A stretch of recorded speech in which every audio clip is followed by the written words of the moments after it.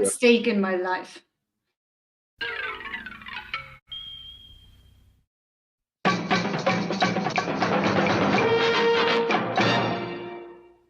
But that's all right.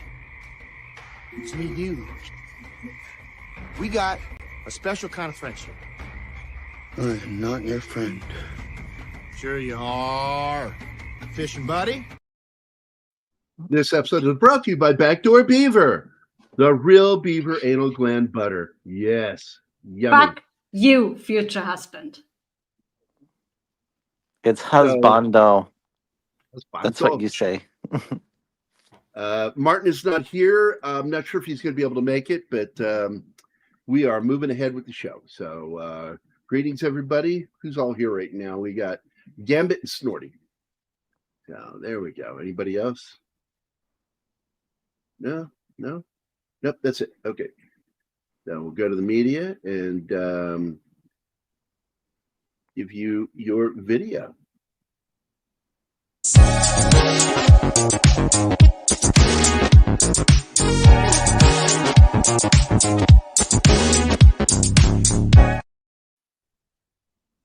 Yay. So we're going to be talking about a classic little 80s film. Great Outdoors, man. I love this movie. I really do. It's one of my favorites. I'm such a big John Candy fan. And I liked when he got to play characters he wanted to play. And because he did a few that he didn't want to play. Like he didn't want to play I think his name was Dewey in Stripes. He did the movie. And but he was not fond of some of the things that they had him do in the film. This one, on the other hand, he's playing what he likes playing because he was in real life. Family man, dad, husband. There we go. You can tell they had fun filming this. They have great chemistry. Because he and Dan Aykroyd were close friends because they came up together in Chicago. Also the ladies. The whole group worked. SCTV, right? SCTV. Well, Candy was with SCTV. They came up through the Groundlings and then Second City. And, Aykroyd went on to the other show produced by Lorne Michaels, which was Saturday Night Live, while Candy and the crew, Eugene Levy, all those guys went over to Second City Television, which, to be honest, and a lot of the guys over at SNL said, yeah, this is a bigger show, but the fact was they got to do what they wanted to do. There was a lot more freedom in doing SCTV. And it was pretty off the wall, some of the shit they would do. I love that show. I remember John Candy did Leave It to Beaver growing up, and he ends up committing a murder. Yeah. Hands him a gun. Eddie Haskell gives him a gun. I remember that one. Here you go, Beaver.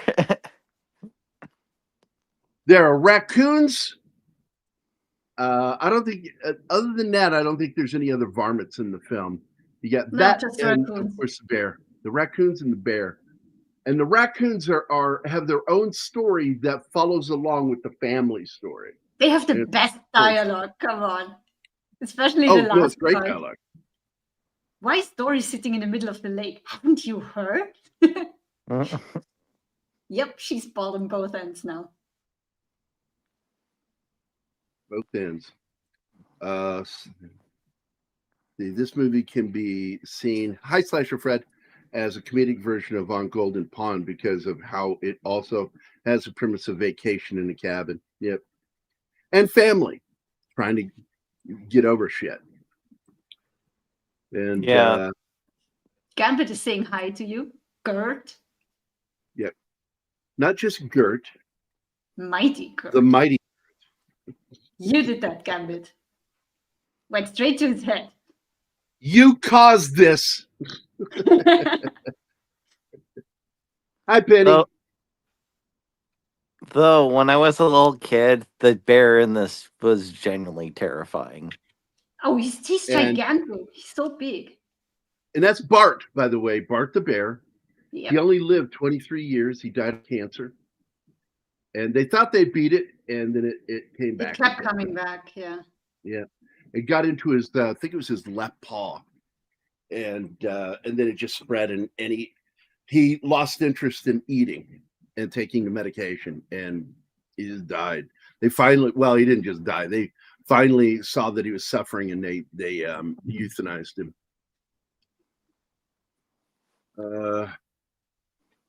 Oh. Yeah, because then you got Bart the Bear too, and he only lived 21 years. These are bears that can live up to close to 40 years. Apparently, And being both bears domesticized died young. isn't good for their health. I don't know. We can't prove that. That's like a guess. It's just a guess, you know, until it's proven. Because the bears were very happy. They were very content. Yeah, but still. Bears die in the wild from that shit too, just so you know. He's talking about your name. What? He says, yep, I caused it because out of a typing error. You should have spelled it ERRT.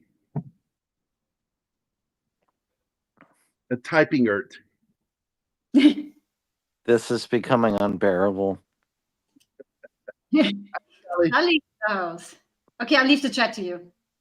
We keep double clicking shit. And I'm wanting to say hi to people when they pop up. So if you haven't pulled them up, I'll pull them up. We did it at the time. That's why I'm saying chat is all yours. No. I just happened to see it and I wanted to say hi to her. I love that Sally is catching every stream now. She's always there. That's nice. Yep. So anyway, so this film, I love this movie. And I want to tell you that I actually partook in one of those steak eating contests. It was on the outskirts of Seattle, a little steakhouse called Wedgwood Broiler. I was in the Army at the time. And we went to this place and had some friends with us, and it was the same deal. And I don't think it was a free meal for everybody, but I think it was discounted. But the steak, if I could eat the whole 72-ounce steak, I win. And I don't know how I did it. I ate that whole fucking steak.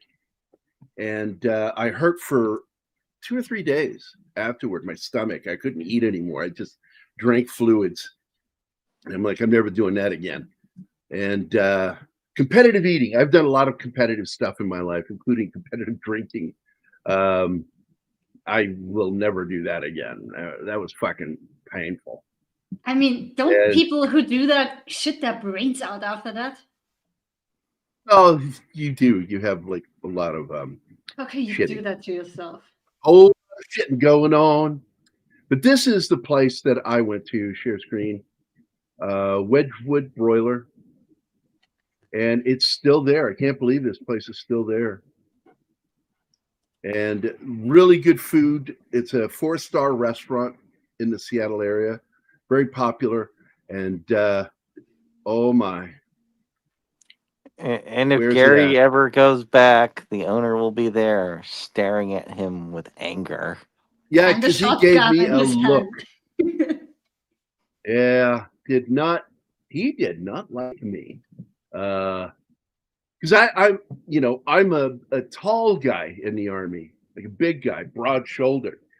I didn't look like I could eat that fucking steak, and to his bemusement, I did.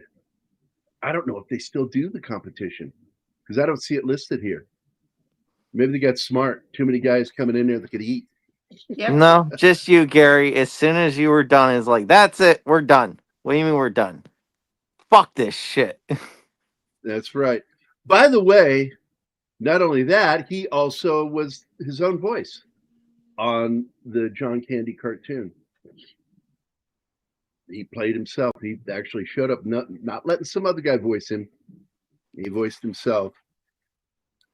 Yeah, and I brought that up a minute ago because he liked having a chance to play characters that were close to his heart. That was not one of them. And he had problems with playing that character in Stripes. The whole mud wrestling scene, he did not want to do that. Grab their, bikini tops and take them off, all that shit. Just it wasn't cool with him. And so you never saw him doing it later. Hey, Andy. Hi, Andy. Yeah, that's the one. Camp Candy. That was the cartoon. I watched it with my son.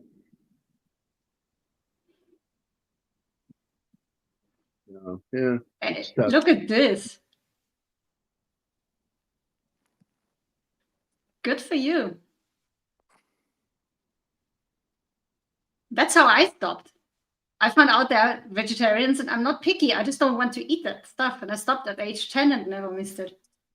That's fine, Anima. I'll eat enough meat for the both of us. Yeah, it's straight.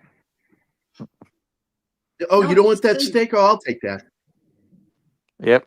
Yeah, order the steak dinner, honey. Well, I'm not going to eat it. I'll eat it for you. You can eat the potato. That is not how it works. I'm a firm member of PETA. People eating tasty animals. Eating tasty meat. Yep. Or animals. Yeah, animals. Tasty animals. Yeah, I imagine John balked at the idea of the mud wrestling. No, he did not want to do it. He had to be talked into it by Bill Murray. I hated it. He was also annoyed with Harold Ramis and Bill because they got their heads buzzed while Bill Murray and Harold got the high and tights, which nobody gets that in basic training. Everybody is shaved bald. Oh, yeah. Yeah, the moment when you see him start to get upset when he's got holding the hair in his hand, that was a moment caught. That wasn't planned. That was a moment caught on camera. And he was not happy about it. From all my heart, Andy, fuck you. Hey, Sanders, what's up? Hi, Sandra.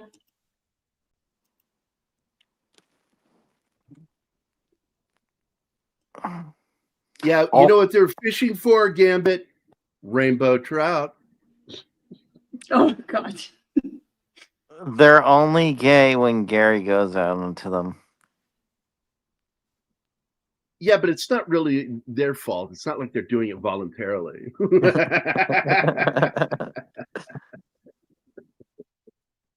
I don't even know why you want it. Fish fucker. I don't know why you want to get married. It's just going to make you a homosexual because it's all the same sex. The thing that's funny is, the whole idea of fish fucker is that thing that pissed me off with Peacemaker when he called Aquaman that. And I'm like, fuck off with those jokes. I don't like that shit. James Gunn is in for a rude awakening when he loses that fucking job. Who knows what will happen? I never had faith in him. Never liked him. I liked some of his early work. I think he became an asshole.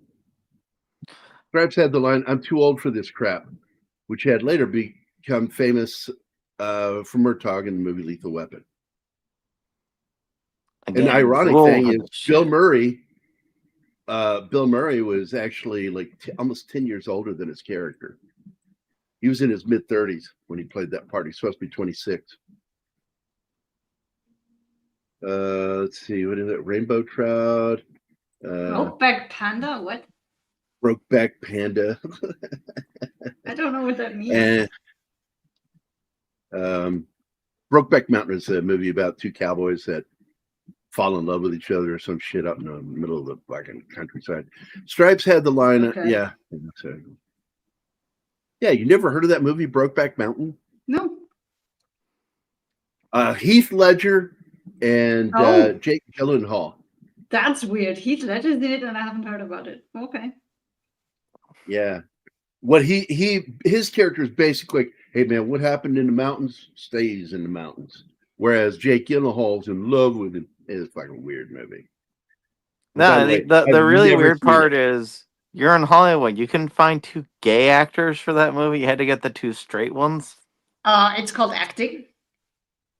I hate when they do that. I hate when they do that. Only gay people can play gay people. Fuck that. It's called acting. You can play everything. That reminds me of that joke. And the first time it was told to me by a gay friend, and I thought it was hilarious. And it's about this guy at a gay bar, and the other guy's like, "Hey, you need to hear this impression that Danny does. Do it, Danny. Do that impression you do." "No, I don't want to do it." And he goes, "No, do the thing you do." And he goes, "I really don't want to do it." He says, "Come on, do it, because everybody wants to see it." So everybody's watching him now, and he goes, "All right. Bartender, I'd like a beer." And everybody goes, "Ah!" And then one of them turns to him and says, "You do that a little too well."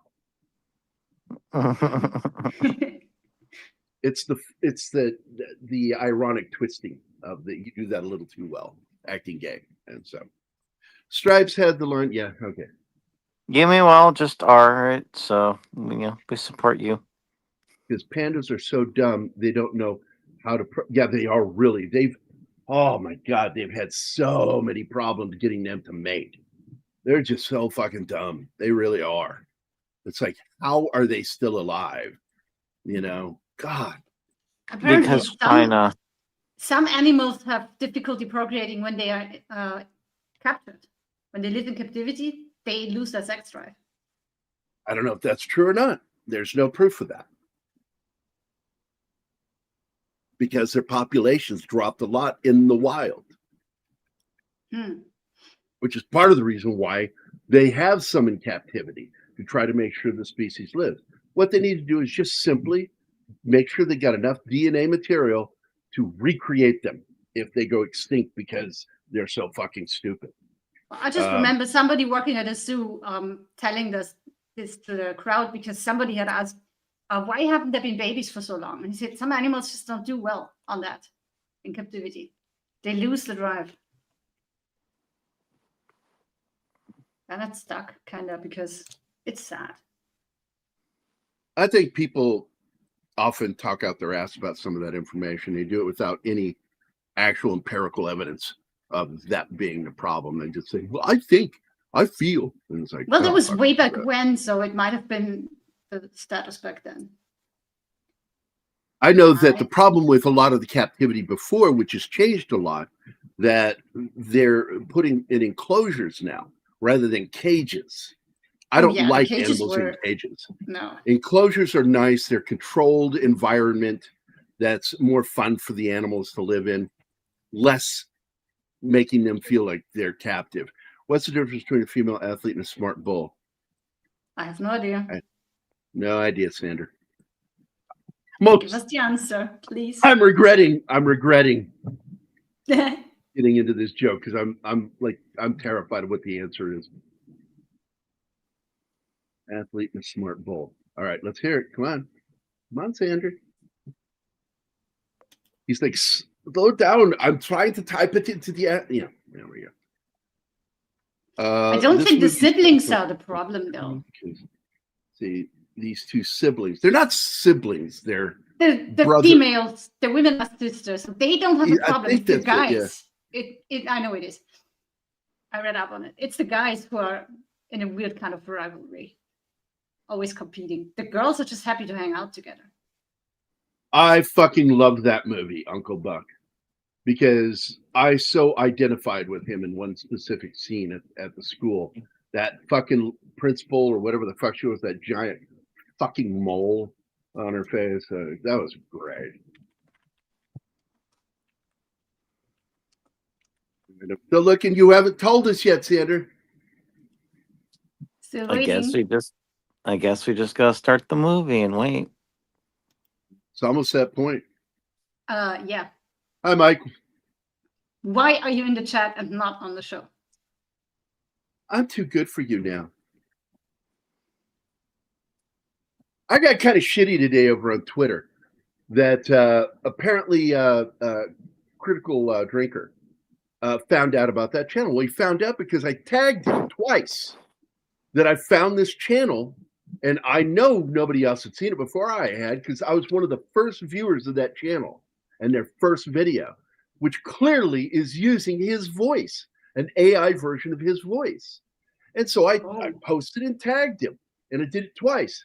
And then all of a sudden, like John from Geeks and Gamers, like, he discovered. And I'm like, he didn't discover. He was told by me. Like, I know some of you fuckers out there don't like crediting me when I say shit that's like on spot. But I am the person who fucking tagged him on that. And that's why I don't really hang out with a lot of people from our community, because I think they're fucking assholes to me. They don't like me. I don't give a shit if they like me. I don't care. Well, I didn't like you before it was cool, Gary, so there's that. I like that. I like that you chose to dislike me off of our friendship. Yep, exactly. By the way, Lord Thoth, hi. Hey. 1, 2. John Candy was one of those people I knew exactly where I was and what I was doing when he died, when we found out. And I was at a pub downtown Charleston because I was going to East Illinois University at the time. And we were listening to his favorite band, which was the, I almost said the wrong name. It's an Irish folk rock band out of Chicago, and I can't think of their fucking name right now. What, the Cranberries? No, Irish, American, from Chicago. Oh, okay. And the Drovers. And the Drovers were playing. And they did the music for the movie Backdraft, and which to me sounds like another gay reference. And then they were also the featured band in the movie where the woman actor has replacement eyes put in, and she's now connected with the last thing that victim ever saw when she was murdered, and she's connected to the killer. And it is a bizarre film, but the Drovers were the featured band in it. She was the violinist for the Drovers in the movie. Yakety yak, don't talk back. That's one of those songs that's like in a billion movies. I say a lot of shit, and I'm glad you give me credit for the shit that I say. I credit you with shit, Gary. I credit you with shit.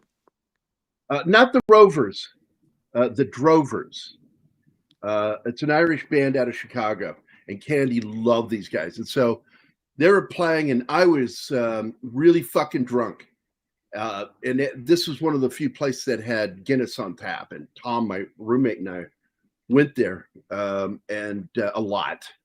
And we're getting hammered, and they interrupted the show for a break, came back. It said, we just got off the phone. We were just told that John Candy has passed away. And that place, everybody's fucking crying. We were also really drunk. And I think you're more prone to cry when you're drunk. But that was really a fucking night. It was also the same night that I've told you guys about where Tom introduced me to that girl, well, the two girls, as his cousin Jerry from Ireland. And I went, how are you ladies doing then? Oh, grand to meet you. And that got fucked up. The last movie that John Candy did was a comedy western. Well, that's where he died making that. He was down in Mexico, and they were shooting in the same region where Marty Feldman was in the movie Yellowbeard, which killed him because of the thin air. And he had COPD, emphysema. And that killed him. And then John Candy, stressing out, he was always running out of breath. I read, in fact, I just watched the documentary about him, and I'm wanting Anima to watch that with me because I get emotional watching that thing. I was a die-hard John Candy fan from 1979 until his death, and actually, to be honest with you, to this day, I fucking love that guy. Canadian Bacon is an awful film, but I still watched it because I fucking love John Candy.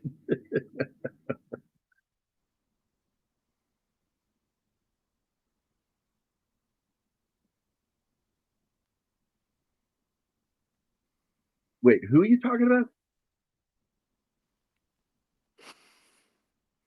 Yeah, Gambit. The other guy who died because he had cirrhosis. My team brought it up yesterday. That stuff, but the reason he died was because he had COPD as well, emphysema from years of smoking. and he went into an area of Mexico that had thin air, and it really fucked him up. He had cancer, but that's not what killed him. What he killed him was fucking not being able to breathe. Perks Pine Log Resort. I love camping sites. We have some here in Missouri we're going to have to go to. You rent cabins, and I love doing that. In fact, for our wedding, I'm planning to try to rent a cabin by Table Rock Lake for the week, and so we can have our closest friends stay with us at the cabin. It'll be awful. It will be fucking awful, because if Max shows up, I will be fucking punching the shit out of him the whole fucking weekend, because he irritates the fuck out of me. Yes, he's funny, but yeah. Lady Thoth and I got choked up at Candy's documentary. Oh, you watched it too? Dude, man. Also, when what's her name's sister sang at the funeral, God, that was an emotional vocal. What's from Home Alone, who played the mom? Catherine O'Hara. Her sister loved John Candy, just loved him, and they were just broken up, man. Very close knit group of friends. And the funny thing, just like in this movie, John Candy was a big old tub of lard and fucking got the prettiest girl. He got a really nice girl, married her, had two kids with her. Just some of us marry up, man. Well, I mean, if you're a movie star, I mean, there kind of helps. See, you got to be above me, Anima, for me to say that. It doesn't look right if you're below me on the screen. You think you're marrying up? Oh, I'm marrying up. I adore you. Oh. Yeah, I'm not going day to day, so you can just stop with it. Oh, stuff. This movie was and yes, I love her in this movie, and it's so funny because she's an Oscar-winning actress, and she was in this fucking comedy. She's great in this movie, man. All of them are. The kids are fucking awesome. The two creepy twins who are real life twins. Yeah, and, they are. And even their dad, Dan Aykroyd, is like, "Hey, give me this look," and it's just like there's something out of The Shining. Yeah, and they don't really speak. I'm not attracted to women who don't know how to laugh. That's a fact. If I meet somebody that I'm interested in, if they have no sense of humor, I'm not going to bother with them. Yeah, we crack each other up all the time. All the time. I fucking love making her giggle, saying fucked up shit to her. Well, yeah, I think fucked up shit when we watch stuff. Yeah, I know. I'm like going, hey, normally it's my job. Yeah. Listen, Anima, I'm not saying you can do better. I'm saying you can do a lot better. You watch this movie, you realize how things were a lot different, because nowadays, when you go on vacation, you just bring your iPad. That was a rule, man. When Zoe was in the Girl Scouts and I was I was not a troop leader, I was assistant troop leader, because you have to have been in Girl Scouts to be a troop leader. But and it's funny, I was never even in the Boy Scouts, but because I was Army, they thought I was perfect fit. And so I became assistant troop leader for Zoe's troop. And I love doing that with them. I love taking those girls out for campouts, and no phones, no devices, none of that shit. And you locked the phone up, or put, you as the leaders have to keep your phone around, but you do put it in the drawer in the cabin. And the girls got to stay in tents. I was lucky. I got a cabin. It was a nice cabin. They also make a reference to the famous Twilight Zone. Yeah. If you can make her laugh ever. Well, I told a guy that in the Army, this guy goes, how do you do it? How do you just, you go into a place and a girl leaves with you? How do you do that? And I'm like, it's fairly easy, because I'm funny. And if I make a woman laugh, I have a chance. But if I make her belly laugh to the point she almost shits herself or pees herself, I'm getting laid. Because I like chicks like that don't care. Just fucking laugh. I love that. And it was one of those things that worked for me my whole life. Oh, look, it's Wally and the Beav. There they are, creepy twins. Come play You with also have the us. talent to make the hideous day that I'm going through better. Yeah. See, I don't even know what that is, man. I wanted to be a Cub Scout in the 4th grade. And it broke my heart that my dad wouldn't sign me up for these things. And the reason why is because, like I've told you guys before, my dad kidnapped me, okay? And he was afraid of me joining him because, finding out about my mom, and he was scared to death of public school. Oh, my God, yeah, feeds him fucking fresh off the fucking grill lobster. And, like, I fucking hate lobster. After tossing the hot dogs that they brought, none of this shit. We're having lobster because we're rich. And lobster is horrible. And come to find out, as you know, those of you that have seen the movie, find out he's broke. Yep, that's a big reveal in the end. Even the wife doesn't know. And I love it when she's in that car talking about how, wonderful it is that he made amends with Candy's character and, that he trusts you to do that with you when we know that he lives check to check. That $25,000 is a lot of money to him. And then you see his face, he starts feeling guilty and he's got to turn around and go back and tear up the check and go, I'm sorry, I lied to you.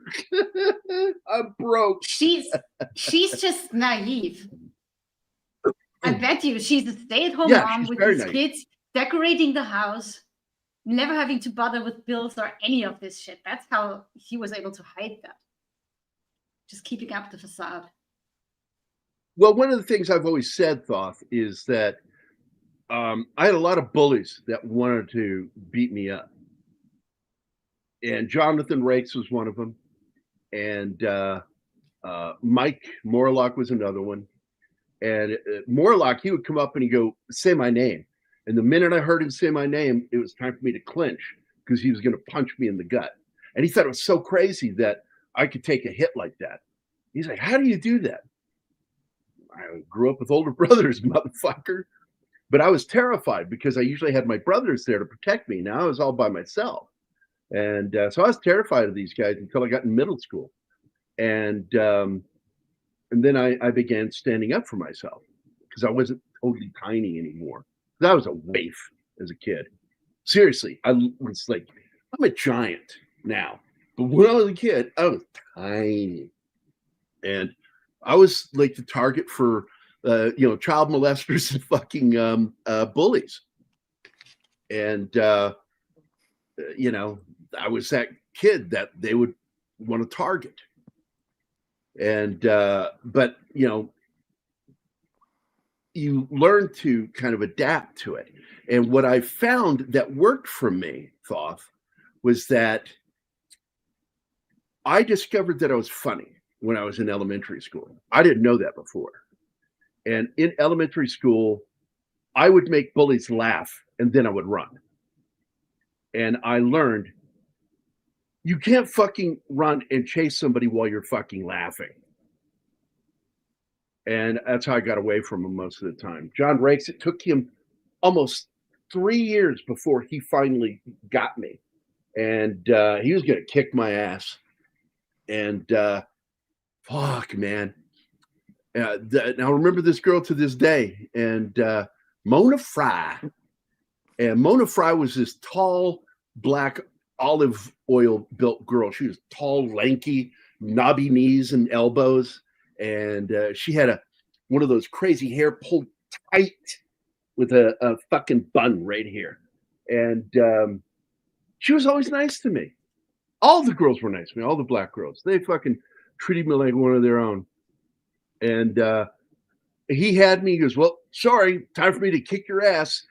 And he had me holding me with one hand and was going to fucking plow me. And I hear that angelic voice, Jonathan Rakes, you put that bar down. And she walked up to him and just started like talking shit to him, the head moving and everything, hand wagging. And Jonathan, this got nothing to do with you. And she turns to me and says, "You go on home now, Gary." And I went, "Okay." So I beat feet. And as I turned the corner, I heard her big, giant banana hand. I mean, she had like banana fingers, like way out there.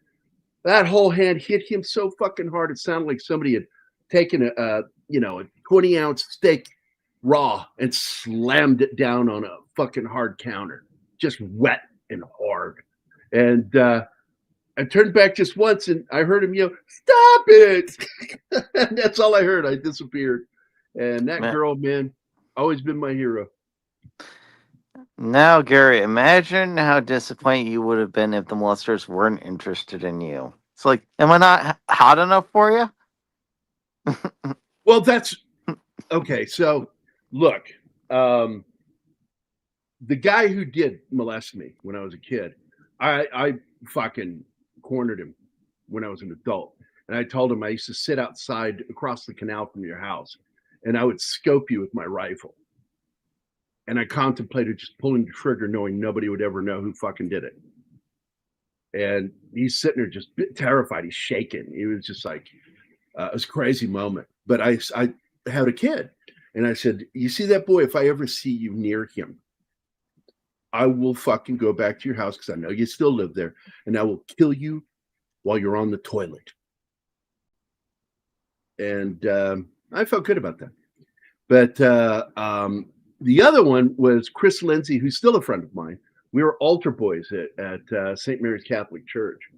And it was after Mass, we're cleaning up, and Father was back in that back area where he takes all of his vestments off and everything.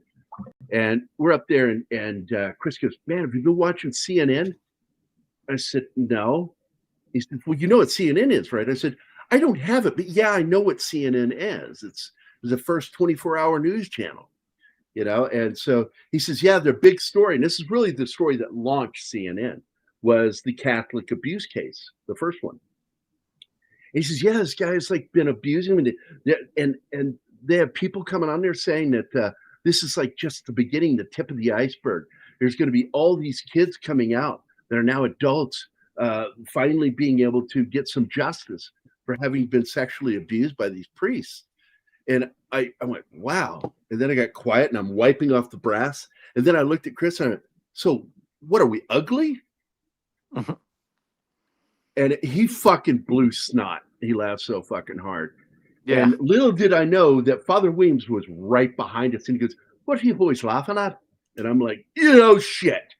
And then Chris fucking narcs on me. He goes, "Gary told a joke." And I'm like, "Oh, you asshole." So I had to come up with a fucking joke. It was a terrible joke. I don't know if this joke could be found out there still, but it was called "Click, Pitter Patter, Whoosh" was the name of the joke. And that's the joke I told him. And he says, "That's what you were laughing at?" He says, "Oh, you boys are idiots. That's not funny. That's terrible." Oh, and by the way, yes, you two are too ugly for me. I paused it for a reason here, in case we want to go back to the movie, because he's telling the story of the bear. The Elwood Blues, out of them. which has Dan Aykroyd's famous character on SNL. Yep. I love that song. They had some really good stuff in this. And they had one song that I kept hearing in the soundtrack, but it's not the song, but it's the same theme. Guitar riff. Yeah. The love theme between the two kids is actually same fucking riff as the Motel's song, "Only the Lonely." And I paused it and I played the song for Anima. I said, "Same fucking riff." And she goes, "Yes, it is." Yes, same chords, yeah. Exact same chord. Yeah. Only the lonely get laid. That's not what it says. Volunteers has John Candy and Tom Hanks. I like that movie too. That was a fun movie. Two great comedic actors, Tom Hanks and him. That was a fun movie. And I love Land of a Thousand Dances. Wilson Pickett, man. It is a good tune, dude.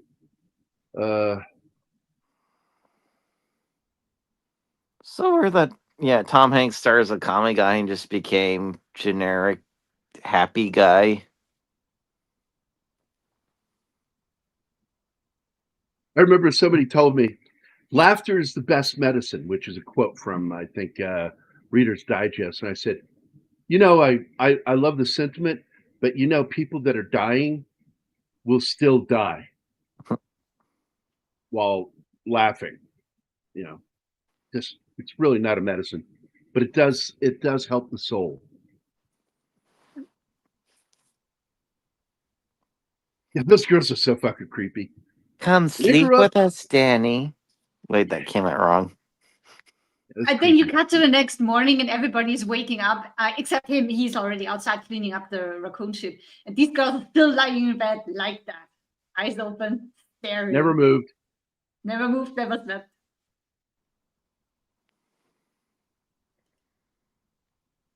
And by the way it was told, and the way that I've read it in the synopsis for the film, is that he was the one who shot the bear's scalp.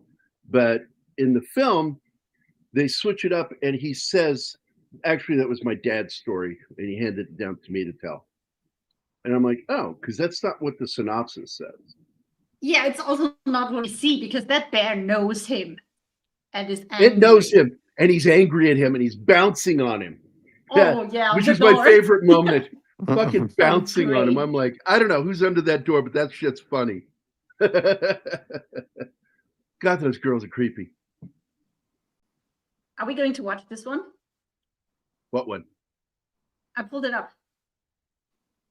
He knows you're alone. Yeah. I never know with horror. That's a slasher film. Okay. It's not very good. That one, I thought you were talking about Volunteers. We will see that one. I'm not a fan of that film. I've seen it. Hanks is the best part of that movie.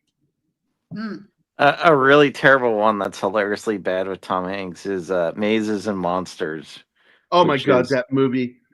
I was in high school and that pissed so many of us off because all my friends played D&D. It's like that whole Satan devil worship shit, it's like, fuck off with that. Now, agreed, later on, Jim would become a member of the Church of Satan. But he only did it because he's an atheist, just to annoy Christians around him. I never let it bother me because I didn't care, because I knew he didn't believe in anything. He believes that when you die, you just die. Still one of my favorite, like, bullshit monologues. It's like poisons, stabbing, killing, but it's all fantasy. And then he goes, is it?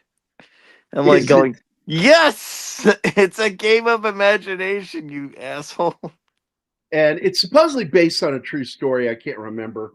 But the kid went down into the fucking sewers and started living the whole world down in these sewers of D&D. And I'm like, yeah, that's not the game. That's that kid.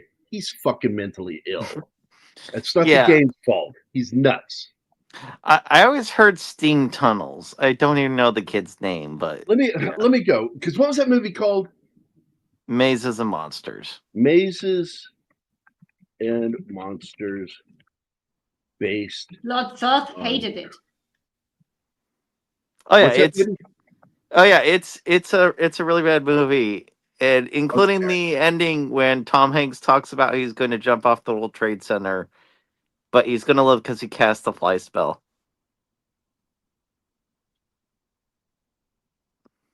Yeah, so here it is. The 1982 film Mazes and Monsters, starring Tom Hanks in his first leading role, is based on the fictionalized account of the real-life disappearance of James Dallas Egbert III, a Michigan State University student who went missing in '79. Egbert had played D&D and did enter the university's steam tunnels, but his intent was suicide from the beginning, not playing a live-action game. So imagine that, Hollywood lying. Shocking. Oh my God, this fucking boat. I know the really amusing one is Chick Track, where he did D&D.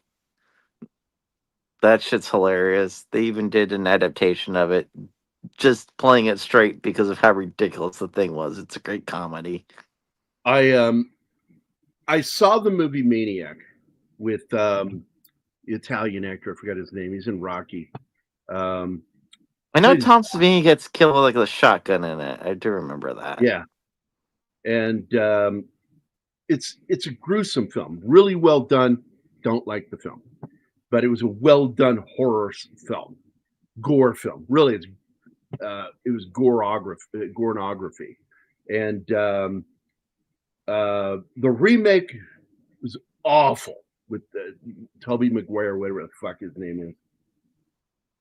God, that was terrible. Not Tobey Maguire. Who is that fucking kid that went on? Elijah Wood. Elijah Wood. Joe Spinell. That's who it is. Thank you, Gambit. Blows up Tom Savini's character. Yeah. It was Joe Spinell. And this is the guy that, really kind of got big after Rocky because he plays the mobster that pays Rocky to go be an enforcer. Wait, what was this one? Is it? Yeah, Joe Spinell. Remakes are always awful. That was I agree with you. Insane. I agree with you 95% of the time. There's that 5%. Yeah, this crazy scene. This fucking scene.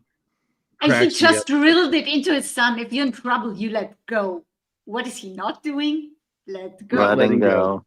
Yep.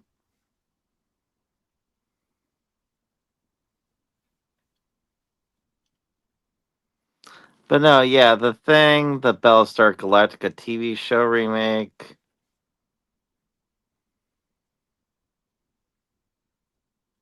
I actually liked the pilot movie and then 2 seasons. And then after that, they lost me. Well, yeah. I also thought it was a mistake not to directly connect it to the original series.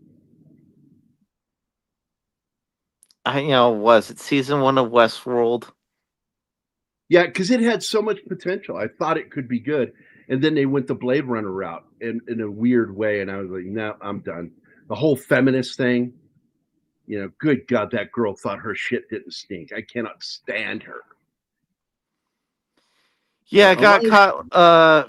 Was it faking FBI reports to make her story about Marilyn Manson abusing her more credible? That shit's crazy. She's a lying sack of shit. Yes. Got caught. That's crazy. Good. She's a piece of shit. So let's see. He did it. Oh, by the way, Elijah Wood did a show that I did enjoy called Wilfred. It was a spin-off of the Australian series. I like that show. I'm over on Elijah's page right now. It was the same guy that made it too. So he just made it for the US. And that dude's got problems, man. He got canceled big time. He is a fucking drunk and kind of abusive. But what is that movie? Oh, I like The Monkey, to be honest with you. I'm not a big fan of Stephen King, but I enjoyed that. That was pretty good. I don't give 2 shits about the new Toxic Avenger. I'll never watch it because I'm boycotting anything by that little dwarf actor. Fuck that guy. I can't believe I used to like that dude. I did too. Peter Dinklage, right? Peter Dinklage, yeah. I liked Dirk Gently's Holistic Detective Agency. They got 2 seasons, man. I thought the show was much better than people remember it as. It was good. I didn't like The Last Witch Hunter. I'm trying to find that one movie he did that there were like hair lice that are like monsters.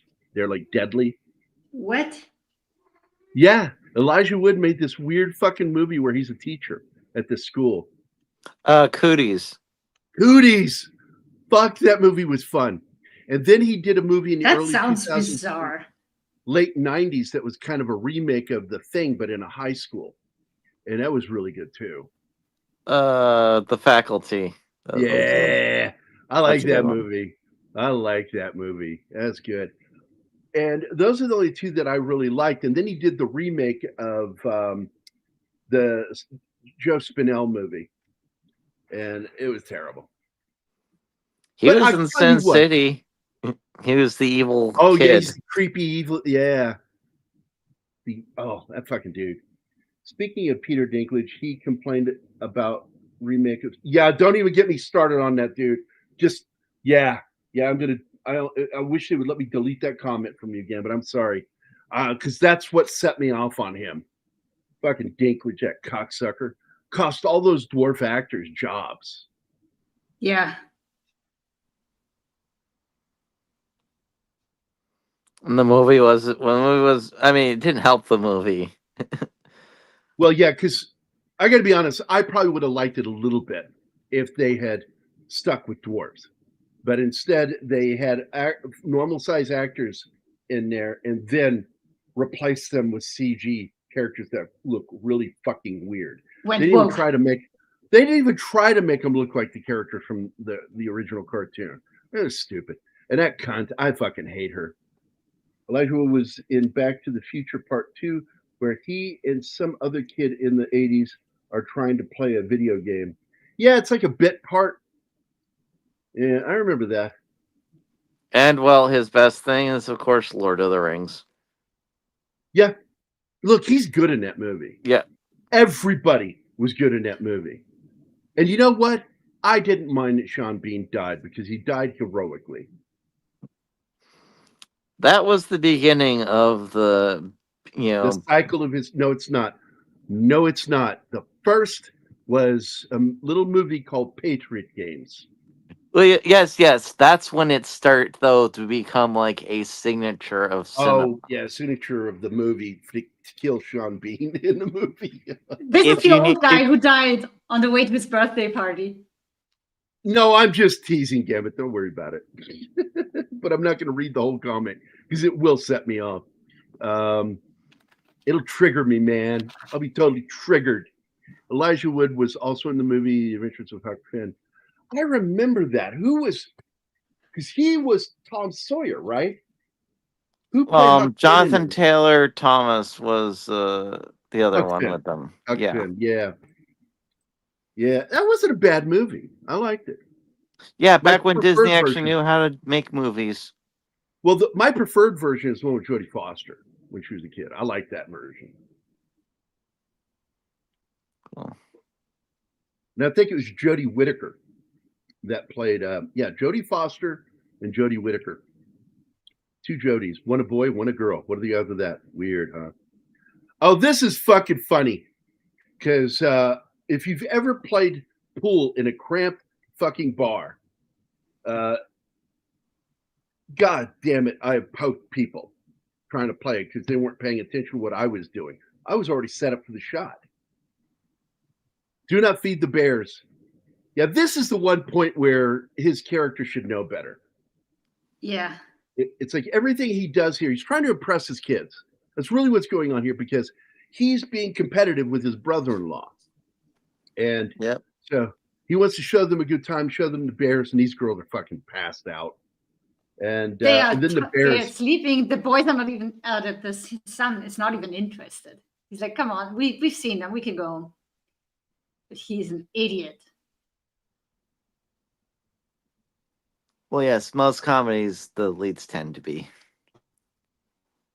The reaction though is funny when he makes the kids kiss the old guy in the wheelchair because it's his birthday. And then the barkeeper tells me he's dead. He died on the way here. Oh. And they're like, yeah. And they're running to go wash their mouths off. Yeah. And there's Bart. No, that's not Bart. Bart shows up later. Bart is in the cave where the girls get trapped in the thunderstorm. We don't meet him before that. That's just normal bears in the trash. Hey, just to let everybody know that I just remembered. I'm sorry, I got to throw this out there before I forget again. Vicky Rose is going to join us for the 15th when we talk about the 1982 theatrical cut of Blade Runner, and of course she was the second AD, right? DGA.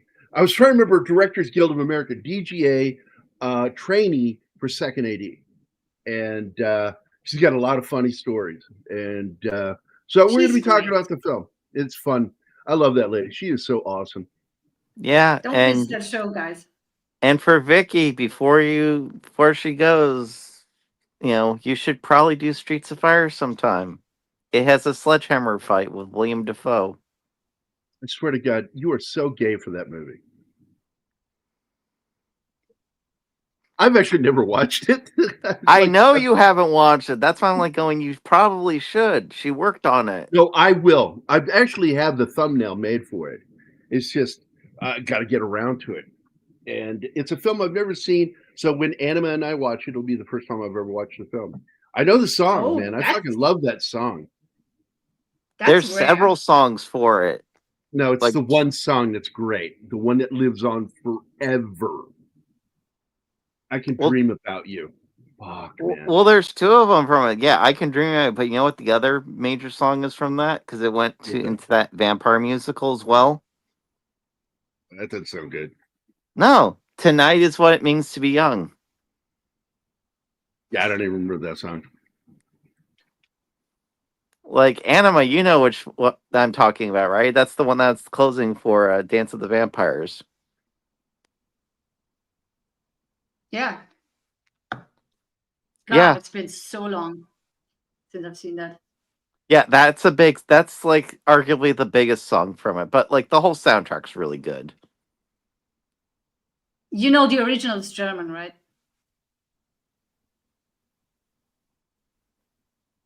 Well, yeah, the soundtrack for Dance of the Vampires is a weird one. Jim Steinman had all these songs he had written, but he couldn't get them in anything. He said, "Hey, here, use these," and then they translate it from English into German.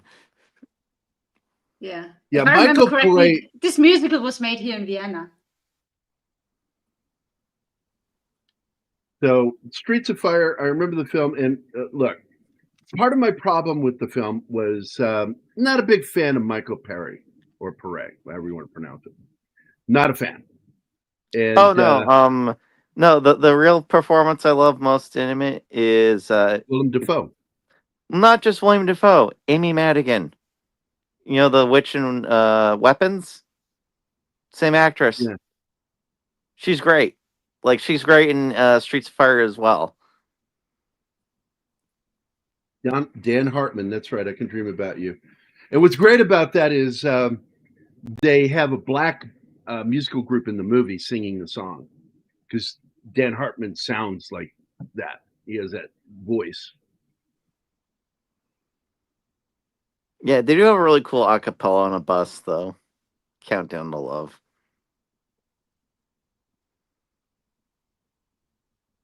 Oh, and they blow up several bikes with a gun. It's awesome.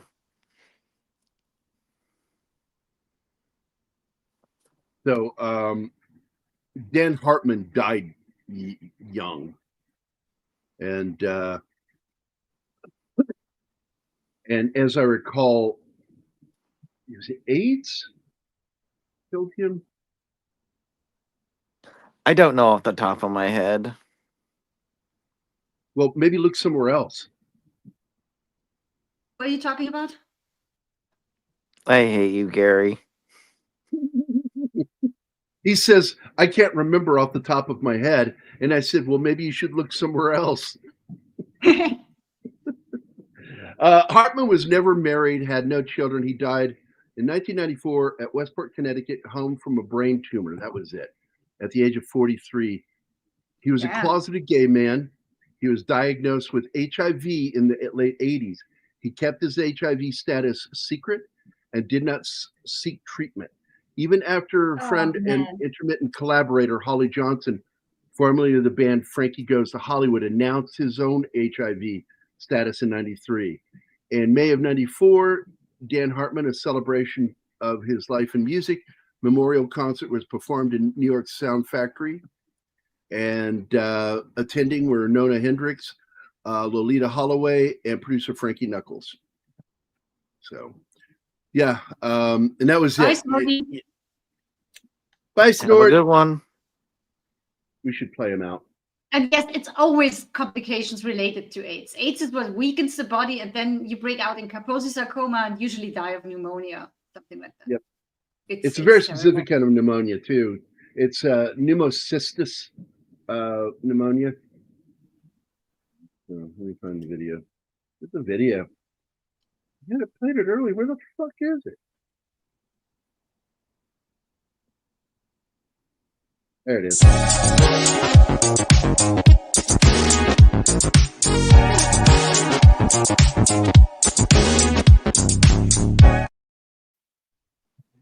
There you go, buddy. You know that Dan Hartman sounded like Michael Jackson when he went ee-hee? I did not know that. Oh, I feel so bad for this horse right now. He fucks up everything. Well, no, in real life, like, that's rough on a horse, having somebody that size. Oh, yeah. You know, they keep getting shit down in Greece for letting tourists ride on donkeys. And a lot of them are just way too heavy for these poor donkeys. But he let go of the reins. You never do that. Nope. If you don't have some place to strap it to, you don't fucking let go of the reins. Because then they're like, I have freedom again. Screw you. Well, the horse is clearly the boss here. And you don't do that. You need to be the boss of the horse. But he has no authority whatsoever. I don't know who Robert Prosky is or his son. He's the bartender, and he rented them the place. And Andy plays the grill chef. That's his son. Okay.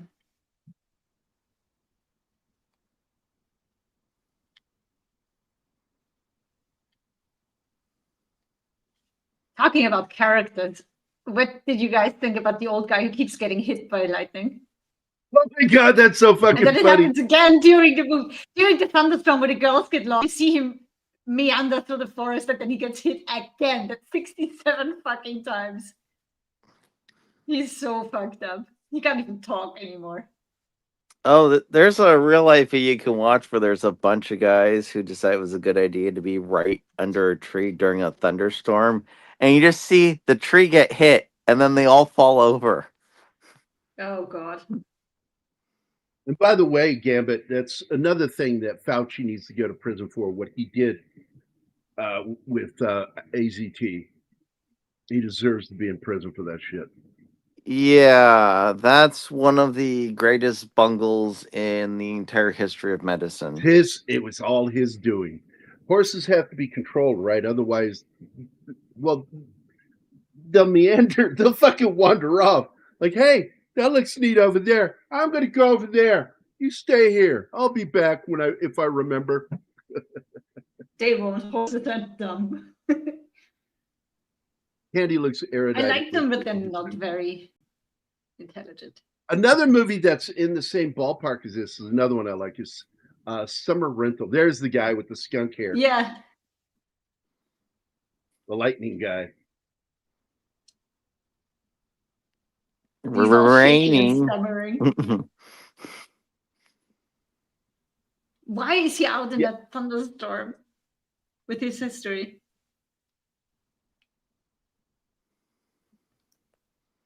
Well, he doesn't have a car, obviously. In fact, that really did well with two films that came out in 1982, The Thing and Blade Runner, because there were elements within both stories that really had an impact on the story with the blood transfusions and all that shit and how you get infected. That really played on the conscience of people in 1982, as did Blade Runner with the way the replicants would die, that they're impregnated with a disease that would eventually kill them. There was nothing that could save them.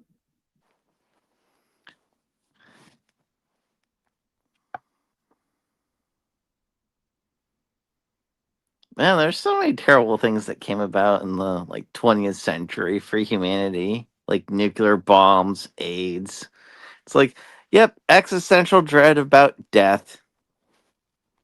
Now it comes from. Go ahead. To respond to him. Rock Hudson did die 4 years later, and he was so pissed that he got outed. He wanted to do it his own way and keep it quiet until he died. And he got out. Well, that was the reason why so many of these guys never went for treatment, because it was the gay disease. No matter how you got it, you would have been out as gay. Well, that's how it got started. People got it to blood transfusions too. Blood transfusions, drug addicts sharing needles. One of those people that died from a blood transfusion was Denholm Elliott, Brody from Raiders of the Lost Ark, and Last Crusade.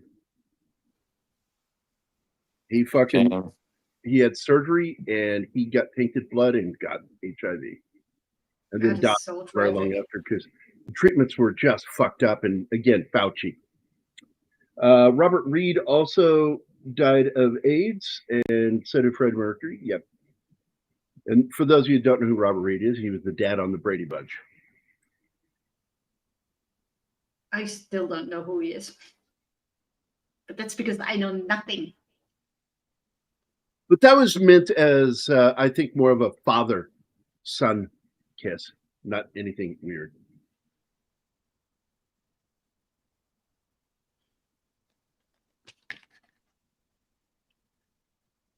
It could have been, I don't know. To my knowledge, with everything involved with that, it was intended as a father-son kiss. Hey, you have a breach. Kind of the father. I always thought of it as basically it's kiss of death time, like, you know. Yeah. It's that Why do you keep putting the breach down? What? Wee breach. What breach? That one that I keep bringing up, and you put it down. I just was going to click it. I had to look for it. The Great Back Doors. There you go. All right. I like that one. I do too.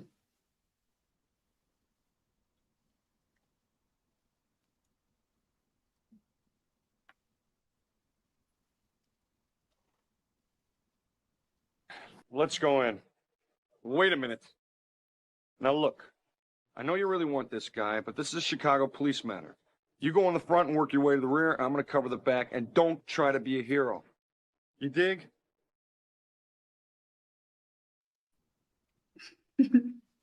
I will always go into the back door.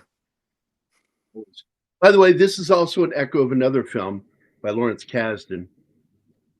What was that movie called? Where all these high school friends get together for the funeral of one of their friends who killed himself. I don't know. I don't know off the top of my head. Not asking you, Adam. I don't expect you to know. Lawrence Kasdan movie.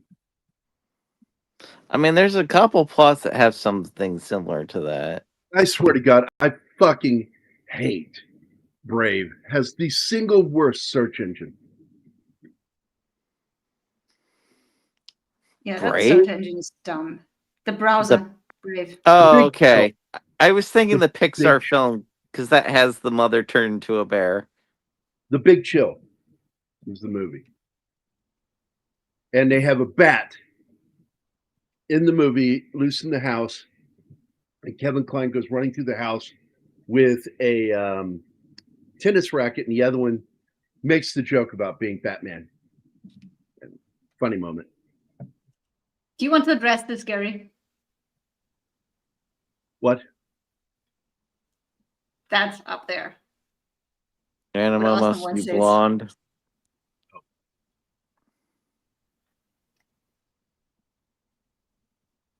That's what is up today, Awesome One? Good to see you, man. Hi, Awesome One. Also, not blonde. No. But maybe you are. God, when he fucking hits the bat on the ground with the fly swatter, the thud sound was so fucking bad. Even the kids are like, "Oh." Yeah.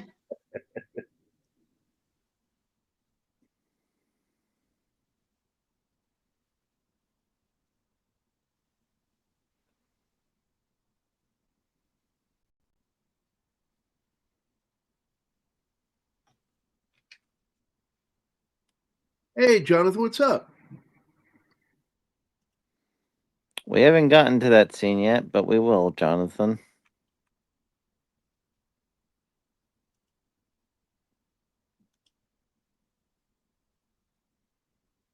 Yeah, I was looking at some of the cast, and I'm just so blown away by how many cool people are in this movie. We're Like, not forgetting about that, Gambit. We talked about Planes, Trains, and Automobiles. We had Oh, a yeah, lot we of did a fun show. with that one. Great movie. And what's funny is I've kind of made a fan out of Animal with Steve Martin, who she never really liked him. But then I introduced her to some of the good films with him. And she's like, oh my God, he's really good in the TV show, Murder's Only in the Building. Because you like that show too. I'm a big fan of Leap of Faith with them. And the cast is It's really a very good in that film. movie. Roxanne's my favorite, which is a remake of Cyrano de Bergerac. What was another one? L.A. Story with the billboard. Yeah, I love that. That's a fun movie. It's a fun movie. And it has a very heartfelt ending to it. And by the way, there she was walking down the street. Singing doo-wah-diddy, diddy-dum, diddy-do. We Yeah. finished watching Barry, by the way, today. And Oh, Animal, what did yeah. you think of that ending? Don't What write an it down or ending. anything. It's sad, but at the same time, it's the perfect ending for that series. Mr. Cousineau? Oh, wow. And by the way, guys, Right? Every Saturday for the next 3 weeks in the morning, we're going to discuss on our member stream the what do you call it? Show Barry, and we're going to go season by season. Yeah, we did it today, season 1. I mean, to me, I look at Barry and I'm going, it's really Stephen Root's character story when you really break it down. Kinda. But he just sort of leaves at the end. He has his moment of redemption. And he turns and looks at him, starts to walk away, and then turns back and looks at him one more time. Like, I don't know, there's this like understanding kind of a love there, and just gratefulness on the part of Barry that he saved his kid. Because that's the one good quality that he has, is his soft spot for kids. He deeply cares for kids. The moment shit goes down, he drops on top of the boy so he doesn't get shot. Yeah, he's the only one that learned. He's the only one that advanced. He's the only one that arguably has a good ending given everything. Well, I don't think he has a good ending. No. Barry could only advance so far because of his shortcomings. And I think there's more to the father story here, because when you see the memories from the past, you see open fields, just like he is later with his own kid. And it's in an open field where Barry first meets Fuchs. And I'm like, oh my God, Barry's dad, former military, did the same fucking thing for Fuchs. And when his dad died, Fuchs went to Barry to replace his dad. I know that that's what happened. Because otherwise, what was that all about? Yeah. Yeah, he does. And he's got this weird thing about him, that like he just jumps to conclusions and immediately goes from, I love you, kid, I'll die for you. Oh my God, you betrayed me. I'm going to murder you. He just like keeps doing that. I think the thing that amazes me most with Fuchs is how petty he'll be. That he will literally go spend several days, nearly get himself killed, and track down the body just to fuck over Barry. Yeah. And it's like, because he feels betrayed. And that's really all it's about, is he feels betrayed because he felt like he was a dad to him. And he in his mind, he feels that he helped take care of him. And but it isn't until the end of the thing that he finally feels like, I finally did something for you. It was just for you. And I wouldn't say though that Fuchs had a good ending, because he did this good thing and saved his kid. But he's just going to continue his life. His criminals are dead, probably most of them, but he's just going to continue that way because he's the Raven now. He turned into this fantasy figure. The But Raven. the I look love that that. he exchanges with Barry is like, we are done. You can't kill me now because you owe me your son. We are done. I don't ever want to see you again. And they completely leave him out of the movie that the kids watch in the end, where Barry is a hero, which is nice. Yep. They turned Mr. What's his name? Cousineau into the Fuchs character. But I do like that the kid smiles at the end because that's a memory that he wants to have. Because he does remember how great his dad was with him.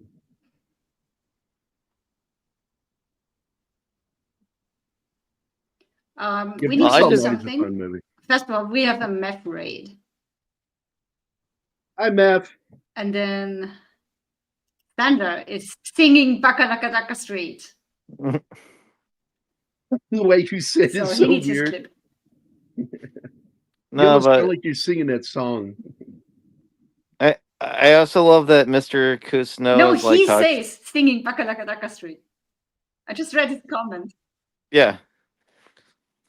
But no, I love his also Mr. Cousineau talks about the core of tragedy and everything else, lays it out perfectly, and then does exactly that. That's a great narrative comedy. Too. He's a narcissist and a psycho. Well, they all have a form of narcissism. Here we go. I've got 5 terrorists going southeast on Bakalakadaka Street. Okay, so what sucks at the end of this movie is how Henry Winkler's character betrays himself, because he is there. Barry is there to surrender to save Winkler's character from. I'm tired of that fucking name. I fucking hate that name. Yeah, well, he is a dick. So, and no, I hate trying to say that fucking name. I just fucking don't like saying it. And it's not an easy name to remember, so I'm not going to try to. Henry Winkler, I fucking know. Henry Winkler walks out and fucking kills him. And Barry, right when he gets shot in the chest, he falls back in the chair and he goes, "Oh, wow." Yeah, he's so shocked. He did not see that coming. I get his brain blown up. Yeah, and then he was there to turn himself in. And he was there to save him his own chance. from going to prison. He knew that the police was going in towards that direction because they found the money and all that shit, and the scary black dude totally pins it on him. And I know he had to have heard their conversation about calling the police. I'll turn myself in. There's no way he walked in the room. Because you could hear them talking when he was in there handling the gun. I don't think he was listening. He was in his own zone. No, I think he didn't care. He wanted him dead for taking everything from him. And that's what that's about. That was some personal fucking stupid vendetta. Even if it fucks me, I don't care. And goes to prison for the rest of his life because now he is framed himself for the murder of Janice, his girlfriend, and all those other people. Even if they couldn't completely nail that on him, he murdered Barry, and that's enough to go to prison. Yeah. Even when Barry is not. And so, the movie within the series about Barry is so fucking funny because he's a hero in it, and it's Cousineau that kills everybody and frames Barry for it, but then gets caught and goes to prison. And that's how the movie ends, with that little title card at the end going, he's going to spend the rest of his life behind bars. And I'm like, the kid just has a smile on his face. And I'm like, and Barry got his military funeral in Arlington National Cemetery. Yeah. Did you like that he gets buried with honors, Gary? Yeah, I did, because he did. He served honorably. And it's like, despite killing that guy, played by our friend Fahim Fazli, I thought it was really cool how, he lost his shit. And he fucking kills the person that he thought did it. And they're like telling him, "No, dude, it was a guy on the roof. He's killed a man in front of his kids." Like, fuck. And wife. So he's given a medical discharge, which is basically he got a psych eval and he got kicked. Discharged from the military, full medical, because he lost his mind, and he's clearly on the spectrum. And I love that moment when Fuchs is watching in prison. He's in prison watching a movie, and it's the movie Rain Man, and he's watching Tom Cruise and Dustin Hoffman walking down the street, and he goes, "Oh my God, that's us." That's us. Yeah. Great. Also, great music from that movie in that episode. Oh yeah, really 80s music. I fucking did like that. I did like that. See, let me get back on it. Bruce Almighty's a film I wouldn't mind doing. I like the story there. A guy played by Jim Carrey is being critical of God, and God hears him and calls him out and says, "I'll tell you what, for the next week, I'm going to give you my powers. You have my powers. Good luck." It's like, oh shit. And it's funny. I do enjoy that film. Did not want to see the second film because it looked terrible. Aykroyd, another Canadian legend. Absolutely, both of them. Yeah. And so many people that both, because he lived in Chicago, Candy did, and he was just a regular there, as was Chris Farley, both big on being in Chicago, and because it's a great town, man. It's a fun town. If you got money, it sucks if you don't. So let's see, Aykroyd, another Canadian legend. It's Okay, Bud, Mephisto, and then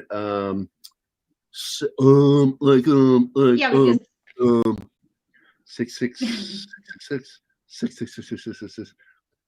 the head. I don't know what that means. I don't know what that fucking means. That's the guy who keeps getting hit by lightning, and he's trying to get the number 66. Oh, there. Okay, yeah. I read movie quotes. I know this is off topic, but any given Sunday, I'm fine with off topic, Gabby. That's the movie Mephisto just did a show on. Yeah, Mephisto wants us to do it, and I'm like, I don't think I'd mind doing that movie. I like the movie. I like the cast, and I love good sports films. That's what the film Him wanted to be, basically. Brad Pitt did the movie Moneyball. Yep. Which also has Bobby Kotick in it because he won that at an auction. We completely went over the scene with the bear, guys. What?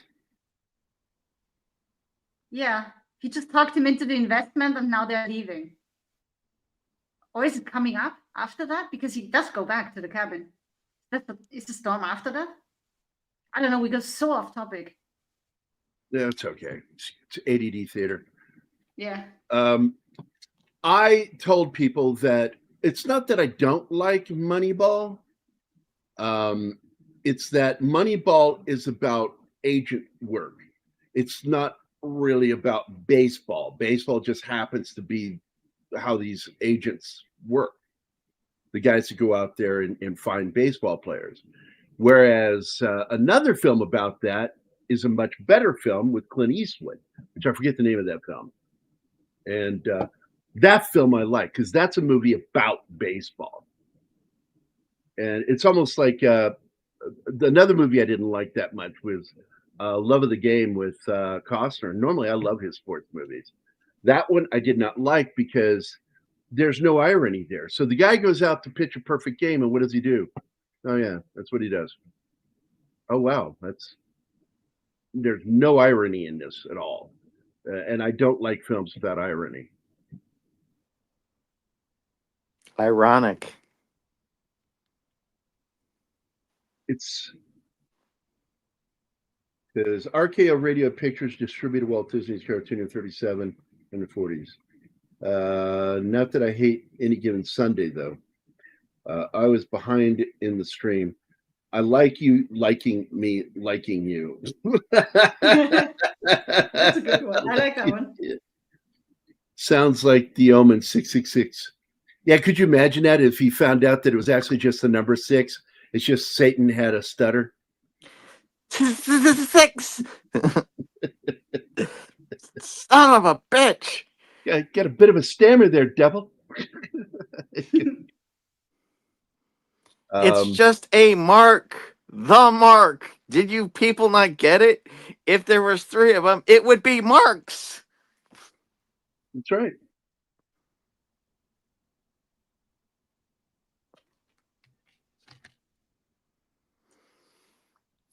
That sort of This is reminds when me. he comes back. Yeah, this is when he comes back. And the girls get Yeah. out of the car and run off, and then the storm starts. Yeah, we didn't miss it. Good. Yeah, because it's still gonna happen. And he's fucking out of breath running from that fucking bear. Fucking bear. Fucking bear. I didn't understand what he's saying until the bear breaks down the door behind him. Oh my god, I fucking laughed so hard at that scene. And I mean, I was laughing already, and then it started bouncing on him, and I fucking lost my shit laughing. I was like having trouble breathing.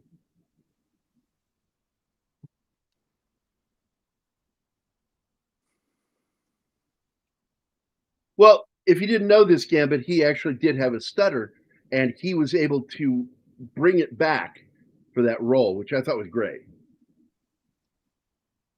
Oh, he's confessing that they're broke. Yep. This And is the he's- big he's- emotional turn in the story where Dan Aykroyd's character finally comes clean while he was there. And his wife is mind blown because she had no idea. Been lying to her. That's like the end of a marriage kind of thing to lie about. Not lying, but also not open about the truth, because he pretended to go to work every day, to probably a shit job. He just kept up the facade. I'm just telling you, that kind of lie can end in marriage. Oh yeah, I've seen it happen. I would walk out the door if I were her. Through them.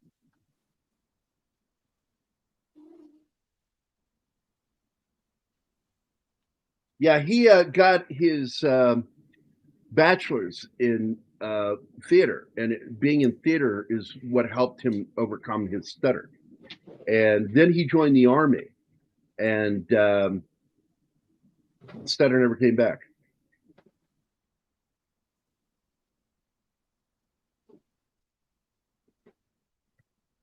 Oh shit, this is where the girls wander off. Yeah. Because they want to go back to that place with the old mines where they shouldn't go, and when the owner of the cabin picked them up and brought them back and told the parents, do not let them go there, it's dangerous. And all they want to do is go back and explore, because kids are dumb. Your biggest job as a parent is to keep them from killing themselves. Yep. By the way, my favorite film with Bart the Bear is the movie The Edge with Anthony Hopkins and that piece of shit Alec Baldwin. I'm glad his character died. Isn't that the whole point of The Edge, that Alec Baldwin actually is a piece of shit? Well, yeah, he's the one that's been having an affair with his wife, planning to kill it. Him and the wife. The Edge is, acting of course, up. the old phrase. It's based on the old turn of phrase, go all the way out to the edge and make your way back, to come back from it. And that's what that's used for, because he makes a point of saying people don't die of starvation in I'm gonna fucking mute you, honey, I'm sorry. They don't die of starvation when they get lost in the woods. They die of shame. And I love that line. They're so ashamed that they don't know how to save themselves, and they just give up. And this kind of reminds me of the end scene in the movie The Bully with Tom Arnold and I think Martin Short. The was it Big? No, wasn't that Big Bully? Or I'm thinking of a different movie. It might have been. Yeah, Big Bully, and it was the neighbor in Ghostbusters, to Sigourney. Oh yes, that's it. Yes, another member of SCTV, Rick Moranis. Yeah, that's right. Moranis. Yeah, that was a fun one. Yeah, I fucking love the movie Uncle Buck.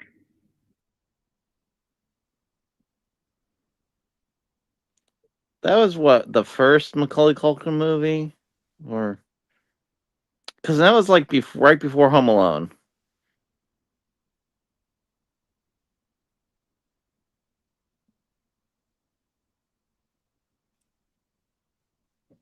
There, I put her out in the hall. Or was it It was after? beginning to annoy me. Was it before or after? Before, did it cut out? It's like, wasn't What? Uncle Buck before Home Alone? Because Uncle Buck was the 80s. Home Alone was like right at the 90s. If I remember right. 1990. Yeah, and Uncle Buck was what, 87, 88, somewhere around there. 89. Holy shit. For some reason, I thought it was the other way. Holy crap, yeah. He's when he asks him questions, he says, "You ask a lot of questions. It's my job." It's funny.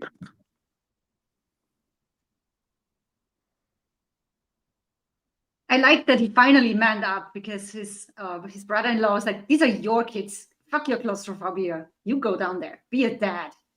And he does it. And then climbs out with them. Because there's dynamite in there. Not that, just that, Jonathan, because also John Candy was supposed to play the Rick Moranis part.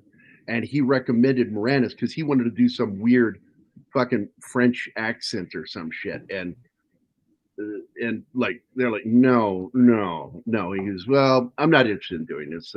I think the guy you want is Rick Moranis.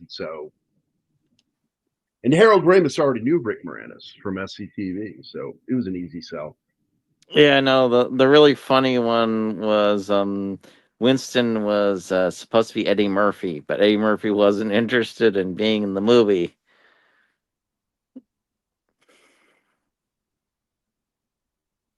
So I guess they cut all of Winston's lines down, and it's like, well, we still got to use his character. So, yeah. Bill Murray ended up giving some of his lines to Winston. Really? Because he didn't think it was fair. Yeah. Wow. Yeah, he didn't like him not having anything to say. Yeah, it was kind of dickish also in that a lot of the Ghostbusters video games that came out and some of their merchandise, it was just the three of them. Even some of the posters for the movie. It's like, there's 4 Ghostbusters, guys. Look, there's no doubt Sony absolutely fucked him over, which is why I think it's cool that the powers that be making the new film made him the guy that took over Ghostbusters Inc. And I like that. He was the most successful of them all. Uncle Buck had a very young Anna McCluskey from the movie My Girl. Yeah, in fact, a lot of people don't even recognize her in that movie. That's her. We are about to meet the bear. Yep. He's trying to help them, but they're already out. He doesn't know that. The bear gets the because fucking he doesn't rope. look. He doesn't look down to see if they're there. They're not talking back, and he just goes ahead because he's a fucking idiot. But he's a well-meaning idiot, so it's not a Ghostbusters movie, so we don't identify it as being such. I liked it when Feig got upset that he wasn't included on the Ghostbusters collection Blu-ray. He's like, and somebody like outed him and says, "Weren't you the one that said your film wasn't part of Ghostbusters? Wasn't that you that said that when you thought your movie was going to be a hit and it wasn't? Wasn't that you?" Man, that movie was trend-setting in all the worst ways possible. Yeah.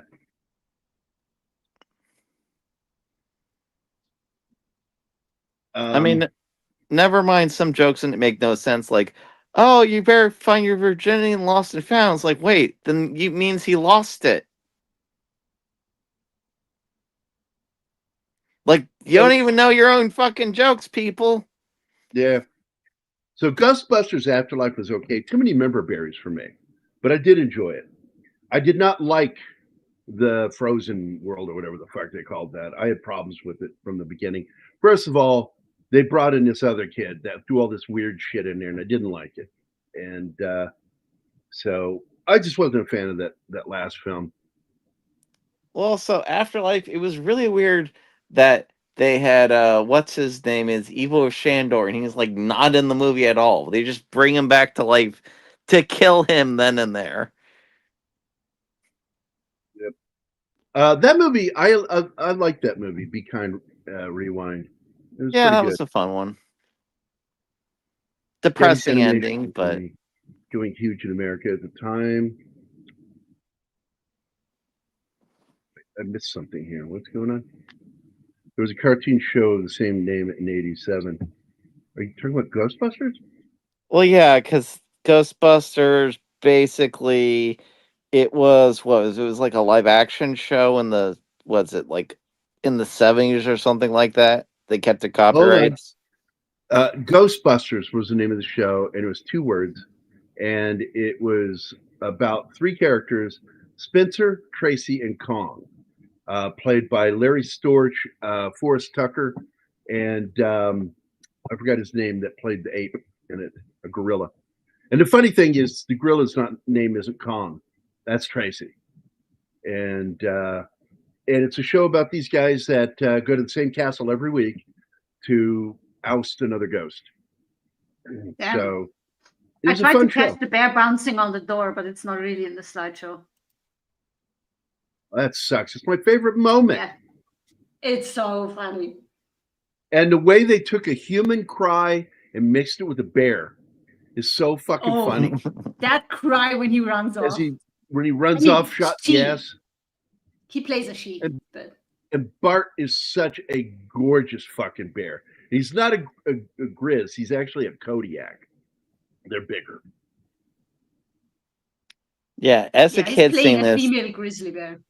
So that let me go back to this so I can respond to this. Yeah. So the original Ghostbuster series that was live action created, because it was owned by Funimation. So Funimation made an animated series with the same actors doing the voices. And they brought the show back as a cartoon. And then that pissed off Sony. So Sony did their show, and it was called The Real Ghostbusters. And Dan Aykroyd had a big old fucking boner for that cartoon, man. He's the one who changed everything. There he is. He's the one who changed everything from Ghostbusters 2 to make it more like the cartoon. Janine looked different, and suddenly she's having a relationship with Rick Moranis' character. Just a bunch of stuff that was put into the movie that was from the cartoon show. It also became a little more silly, based off of the ghosts were a little sillier. Also, Slimer living in the firehouse, that was from the cartoon. And we didn't get the butt cheeks either. I can't believe it. This slideshow cuts out the best moments. Yep. God damn it. 2 of the greatest moments in the film are cut out. That's weird because when you look at, I mean, it was written by Joe Michael Straczynski, a lot of it. So he actually did go into a lot of like real occult scary shit. Like the Ghostbusters fought Cthulhu at Coney Island. And by the way, I do consider the Ghostbusters video game a legitimate sequel to, it should be included by fans of the Ghostbusters, because it's a very good game. I enjoyed the shit out of that game. I had trouble ending that game, man. I kept getting killed, and I got frustrated. And someone's like, "Well, go online and look up how to." I'm like, "No, I'm gonna fucking do this on my own." And I never did. I never ended the game. Well, I did. I mean, Melissa Milano's descendant of Shandor.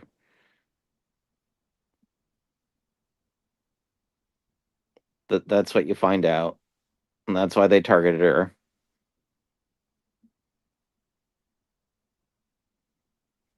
Oh, this is fucked up too, when he says raise you home. Because the wives agreed that they can stay with them. Behind their backs. Well, behind his back.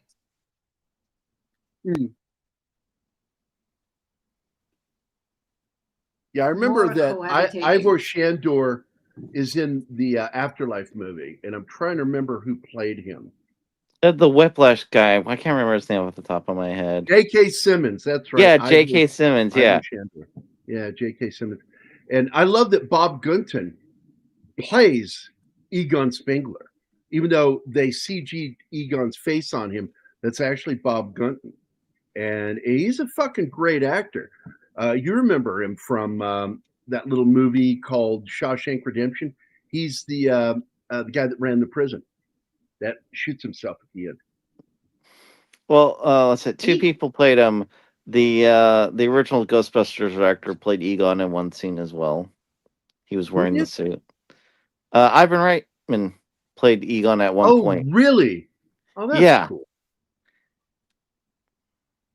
But I know that Bob Gunton plays him at the end when he shows back up. Yeah. And I liked it. I liked it that they did that, but some people didn't. I'm like, look, man, the guy's dead. This movie honors his memory. Yes, I've got problems with it. I also love the music in this movie. I fucking love the music from this movie.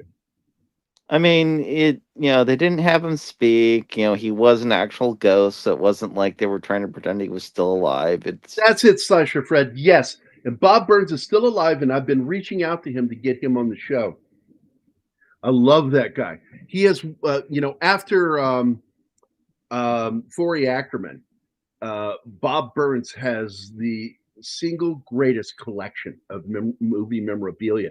In fact, he owns the original skeleton, mechanical skeleton of King Kong from the 30s. Nice. And that's the one that was borrowed by that effects group that did and animated it. And I thought it was so cool that he let them.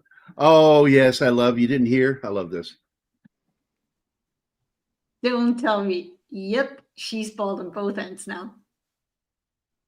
Love that end scene. The crazy dancing is fun too. But this scene, man, the raccoons in that dialogue, hilarious.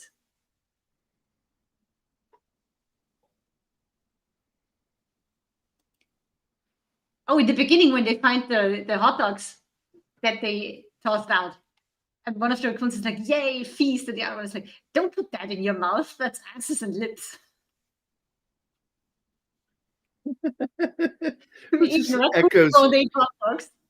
Echoes exactly that scene with Aykroyd earlier. You know what they put in those things, right?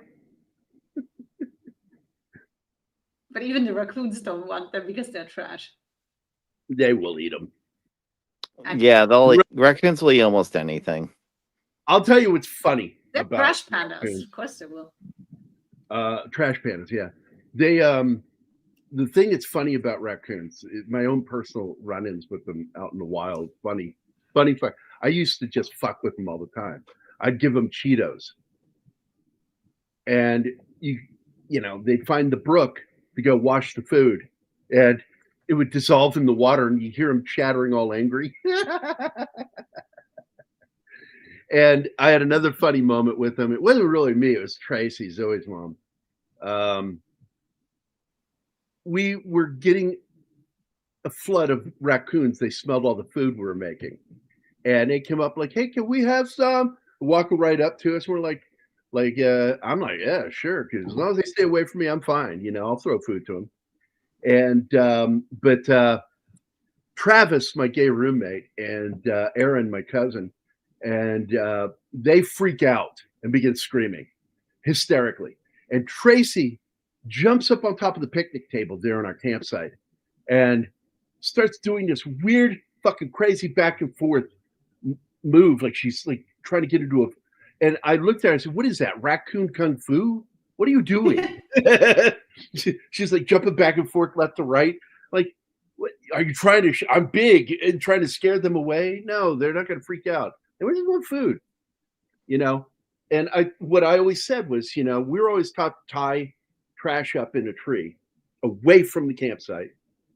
And there was a good idea that if you want to keep the raccoons out of your camp, take a trash bag full of food, make sure to deal with it later, and throw it out 50 yards from your campsite. And they'll stay over there getting that food. somewhat it does its best. I suspect that Peter Jackson is being overindulgent with the remake. I liked it, but I didn't like some of the casting in it. Jack Black. Jack was terrible in it. Terrible. I wasn't too sure about Brody, but I ended up liking him in the movie. The girl's just amazing. Heath Ledger's ex. She was really good in it. I do like when they fall in that chasm and just all those weird ass creatures wake up and they're literally. That's the old spider scene that was planned out, but to my knowledge was never actually shot because it was in the script. And they survive that fall, and then they get attacked by giant fucking insects down at the bottom of this valley. And Jackson put it in the film. He also spent money out of his own pocket to recreate what was in the original script from Willis O'Brien's film. And so he paid out of his pocket and did a whole animation thing. That was pretty cool. Larry Storch, not Scorch, was who played one of the guys. Yeah, he played Spencer from 75, was known for his role in the series F Troop with Forrest Tucker. Come on, dude. Yep. Come on, Slasher Fred, challenge me a little bit here. I did like Kong fighting the two T-Rexes, though. That was awesome. Yep, instead of one. Yep. So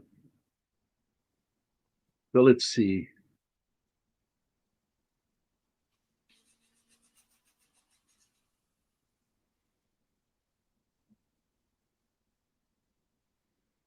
Yeah, I'm trying to find this video so I can just show a few seconds of the bear because when it's humping the door. Yeah. There we go. There we go. All right, share screen. Like right at the shotgun scene. Well, this is what's going to get us copyright claimed. Hey, I did like last time. I just removed it later. Yep. All right, here we go. Do you need me to pull it up? Yeah, you do. Oh, fuck. It didn't do it automatically again. No, Martin deactivates that. I hate that he does that. Fuck. I like when I add something because it throws me into the other screen. I know. That's what he's here for, and that's what I'm doing today. I just needed to find my cursor because it fell asleep. Fucking wireless mouse. All right, here we go. Is it up? Yeah, but that's where he shoots him. You need to go further back. That's what I want. No, I don't want to go back for this one. I want to show the shot scene. Oh. Right in the...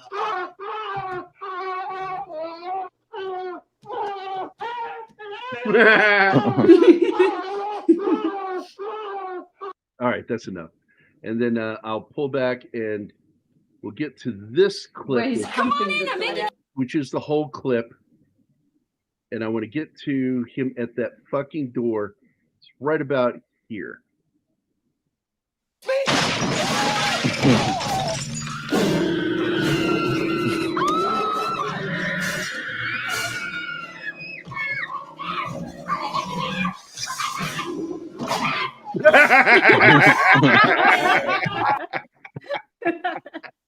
Oh my god, that is so fucking funny.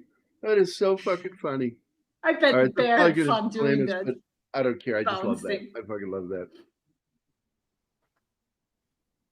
Yeah, Bob Burns, like, he's a major collector. He was the only person a bigger collector than Bob Burns was Forrest J. Ackerman.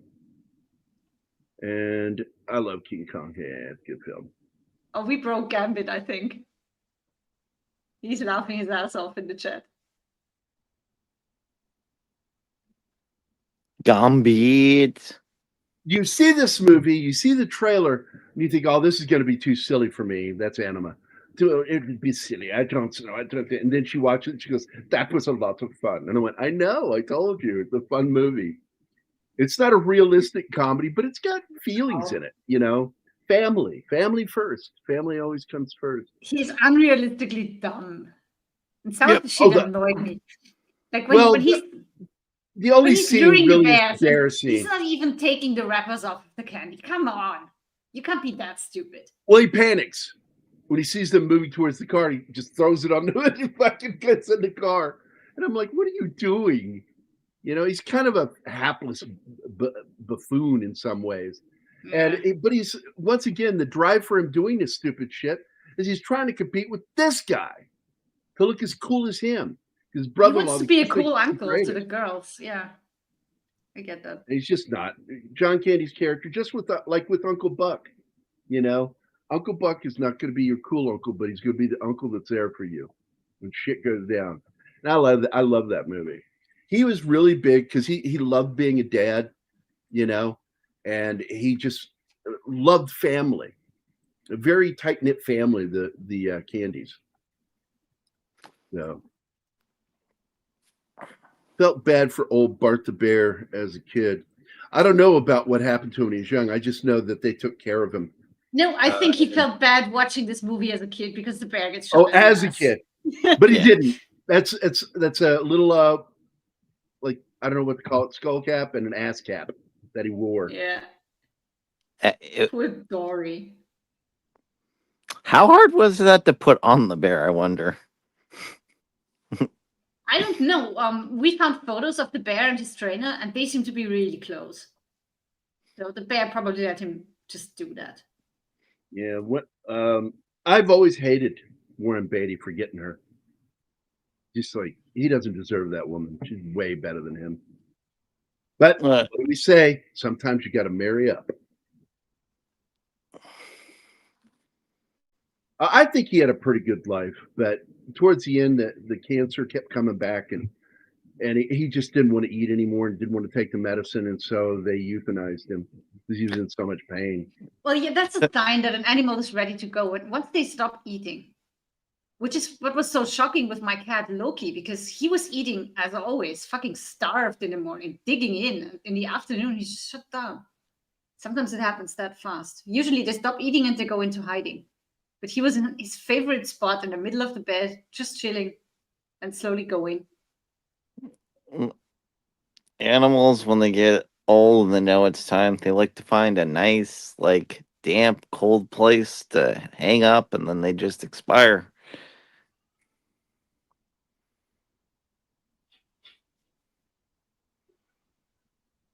Yeah, baby. All right, guys. Yeah. I wish I looked like John Candy. I fucking love John Candy. Like I said, I became a fan of him when I was a kid. I watched the hell out of SCTV. He's got a very lovable face.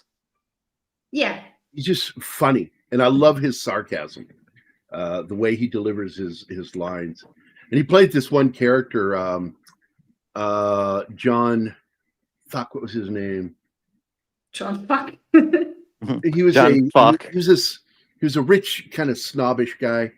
And it was a character that he invented, you know, that he would just do this voice of this character and then took it to SCTV and made it a character on the show. And it was great. Fucking love that stuff. Actually, it was great. Grew up watching that all. And by the way, if you guys have not seen the movie, John Candy's documentary, it's really good.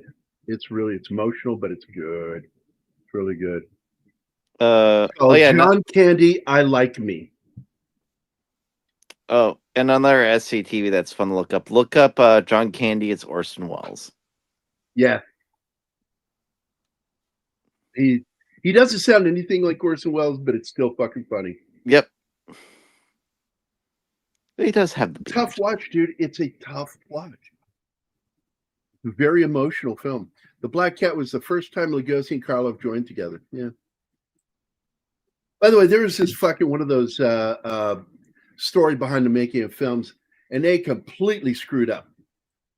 Because what's even worse is like they tell one part of the story and then they tell another story that contradicts the first story, in which they tell how Lugosi turned down the movie Frankenstein.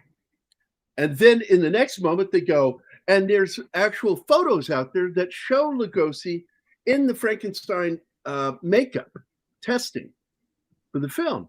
I said, well, you just said he turned it down, asshole.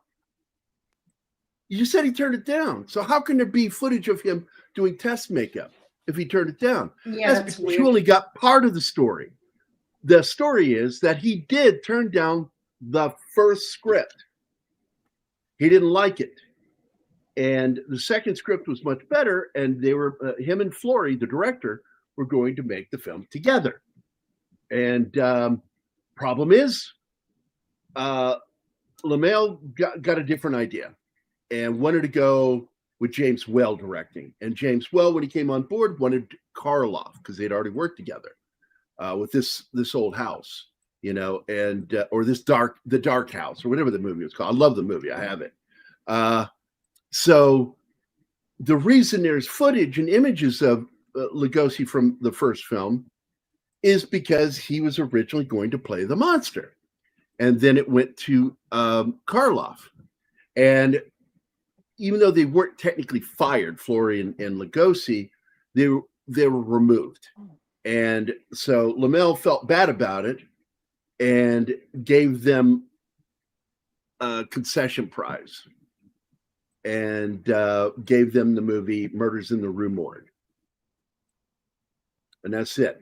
But that channel fucking irritated me, and I corrected them. Like, posted like that fucking stupid shit like that.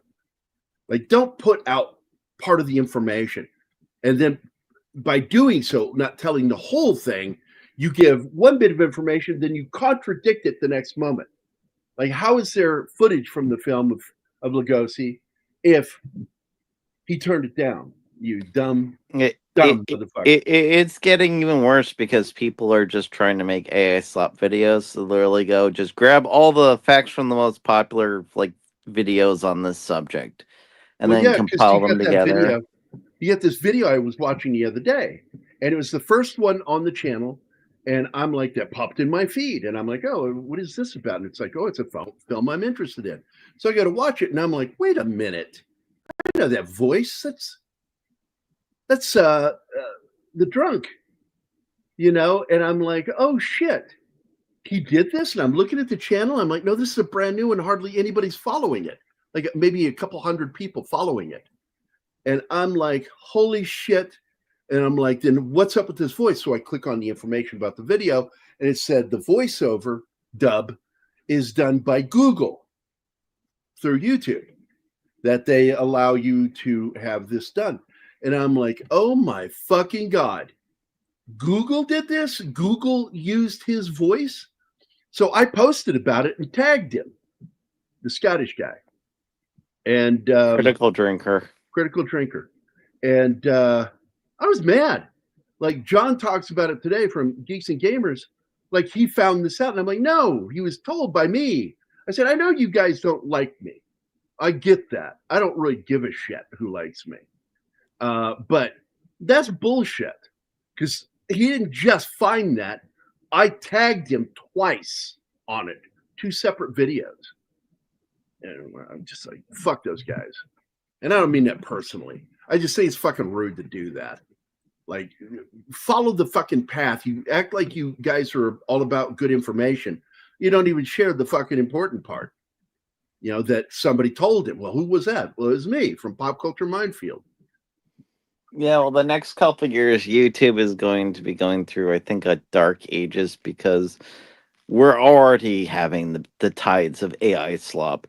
It's going to get worse. It's going to get a lot worse. There's this one video about 1970s movies that have scenes that have been seen in those movies on versions that the actors and directors are like, we never shot that scene. But it's proven that it's in these things. So this video comes out, and it's one of those AI videos where they go, in 1,970 cents. And I'm like, I don't know what that's about. It's taking the S at the end of the 1970s.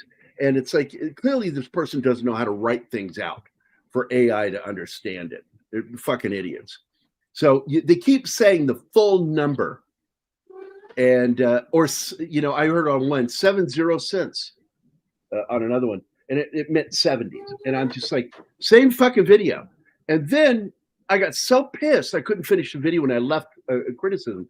I said, one, this is some of the worst writing I've ever seen. I said, and you're talking about scenes where supposedly there's proof that these scenes do exist, and yet what do you not do in your video? Show that. You just talk about it and keep showing clips.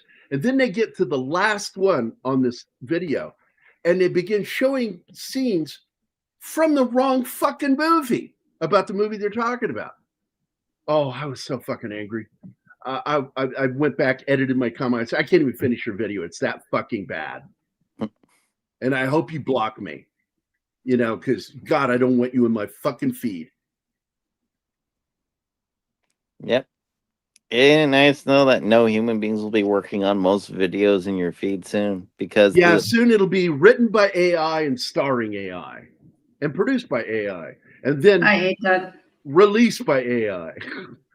Well, here's the thing, though. Eventually, people just start leaving the site when there's nothing worthwhile to watch on it because it's all going to be shit. Well, the funny part for me, the irony of the situation is that the only people watching it are AI people. That their audience is AI. Yeah, I'm not going to fucking watch that shit. Chris Gore and Al both talked about this AI movie, and I'm like, I'm not going to fucking watch this thing. I'm not going to watch it because I think it's bad to support this shit. So, but yeah. Anyway, we're going to get out of here, guys. I hope you had fun. I know we derailed a few times, but it was fun derailing because we talked about stuff that was fun. So, yeah. We just followed the prompts, Gary. We just followed the prompts. Yeah. And so we're going to get out of here, guys. Do we owe anybody videos or anything? No, I think we covered it all. I also love that you're the mighty Gert. Yeah, that happened yesterday on the show. Yep, because Gambit tried to say it was so fucking funny. He says something, Gert, and he goes, damn it, I meant to say, and he meant to say my name correctly this time, but he said Gert again. And it doesn't end there because Zoe called when we were still on the show. So Gary pulled her up and somebody in chat said, hello, daughter of Gert. So that is not her name. Daughter of Gert. So I'm just going to own it. The mighty Gert. I just think. And Gary embarrassed the shit out of her. You need to say, I am Gert. I am Groot. I am Gert. No, I love when she said, I'm going to end this call because I'm having an existential crisis. She was laughing so hard she could barely talk. Hey, don't knock Gert. There we go. I am Gert. I like that. Sally says, always enjoy listening to you guys. Y'all keep me company while I'm doing household stuff. Yeah, because all it is, we're just some friends talking about stuff. That's it. And it's fun to do this. I get so tired of all the negativity out there. It's like everywhere you look, it's talking about all the bad shit with Hollywood. And I get tired of it. I don't want to be a part of it anymore. And yeah, there is bad shit in Hollywood, but there's still good shit. You just need to find it. And that's all I want to talk about. Shit. Yeah, I just want to talk about the stuff that's fun and enjoyable and good. And I just dropped in to say hi. Okay, all right, fuck off, E-Clay. Yep. Though I will say, Gert does sound like some kind of new disease going around. Yeah. Oh, yeah, Gert. Because Gert is like no, I think it sounds like one of these Gert. walking, talking trees. Well, yeah, Groot. Yeah, that's what we were saying. Groot. Gert. I am Gert. Leave Gert alone. Mayo Clinic GERD, GERD, is gastro reflux disease. I just dropped by. Okay, we saw that. Yeah, I added him to the list if you want to go through that. And the mighty Gert might be a great punchline. That one or I am Gert, which I like that one too. I am Gert. I am great.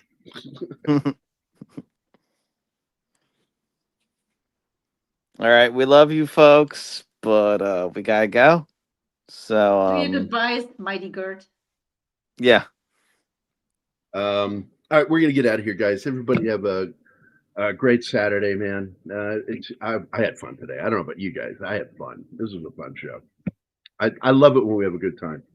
All right, guys, we're gonna fuck off. Everybody have a great Saturday. Be safe. Tomorrow's date night with Anima and me, where we just hang out together, and then Monday we're going to be doing Military Monday, and it's going to be celebrating the 250th birthday or anniversary of the U.S. Marine Corps. And we are going to be watching the film Tell It to the Marines, starring Lon Chaney Sr. But he wasn't senior; he was just Lon Chaney. So, anyway, hope you guys can join us. If not, watch it in the rerun. Everybody have a great weekend. We'll talk to you guys later. Bye. Bye. There we go.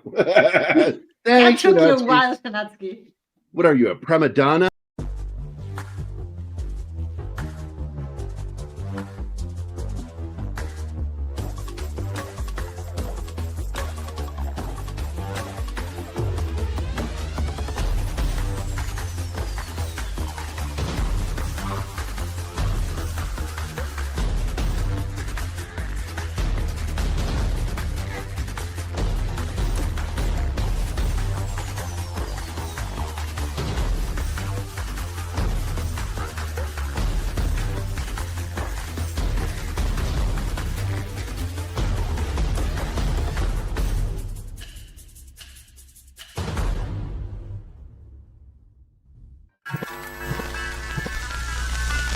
Y'all come back now, you hear?